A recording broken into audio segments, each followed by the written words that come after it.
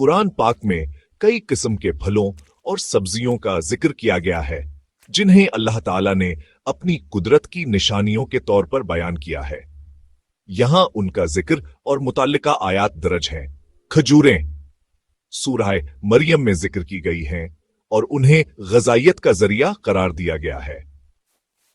ज़ैतून सूरह नूर और सूरह 3 में बरकत वाले फल के तौर पर जिक्र किया गया है।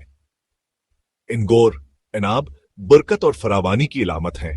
सूरह उल मुनून में उनका जिक्र किया गया है। इनार रमान को सूरह अल रहमान में जन्नत के फलों के तौर पर बयान किया गया है। लहसन फोम सूरह अल बकरा में बनी इसराइल को दी गई नामत के तौर पर जिक्र किया गया है।